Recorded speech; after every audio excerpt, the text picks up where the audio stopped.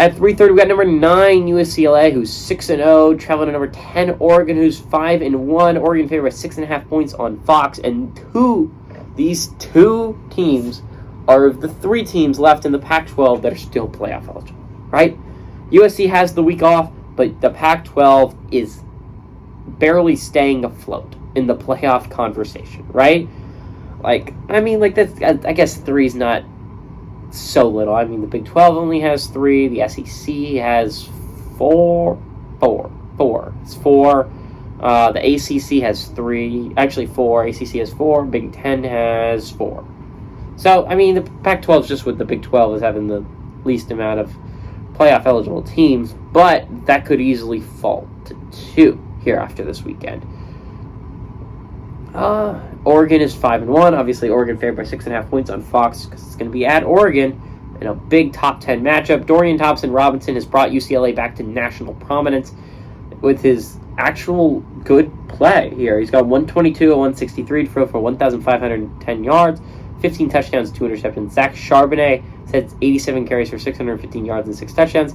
And Jake Bobo's at 24 catches for 385 yards and 5 touchdowns. Bo Nix for Oregon has gone 131 and 186, thrown for 1,526 yards, 12 touchdowns, 3 interceptions. Bucky Irving on the ground has had 60 carries for 429 yards and 2 touchdowns. And Troy Franklin through the air is at 27 catches for 429 yards and 3 touchdowns. UCLA leads the series all time, 39-31. Although the last 3 games have gone to Oregon. Last UCLA win was in 2017. Last time they won at Oregon, though, was in 2004. So it's been a while since they've won at Eugene. This is a pretty close series. And I think both these are pretty solid football teams. I think Oregon started off the year with a huge flop, obviously, against a good Georgia team, for sure. But I expected them to put up a little bit of a better fight. They didn't, and everyone kind of wrote Oregon off, but suddenly they're back right in the Pac-12, right? Technically speaking, they're tied for first place in the Pac-12. They've yet to lose a Pac-12 game. It's going to be a big game determining who's going to the Pac-12 championship. Again, even if you're going to ignore playoff consequences of this game, this is a big game for Pac-12 relevancy as well, right? Because these are the top 2 teams in the Pac-12.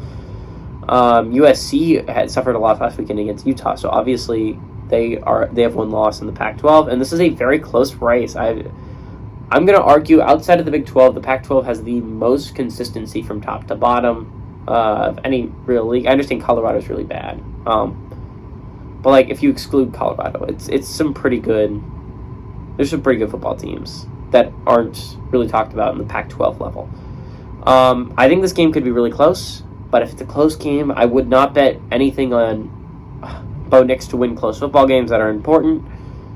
I just don't think Bo Nix has it in him to actually win huge football games. I expect this one to be close, but I think DTR actually makes some big-time plays when he needs to. And he ends up winning this one for the Bruins. Give me the Bruins to stay undefeated and upset Oregon on the road.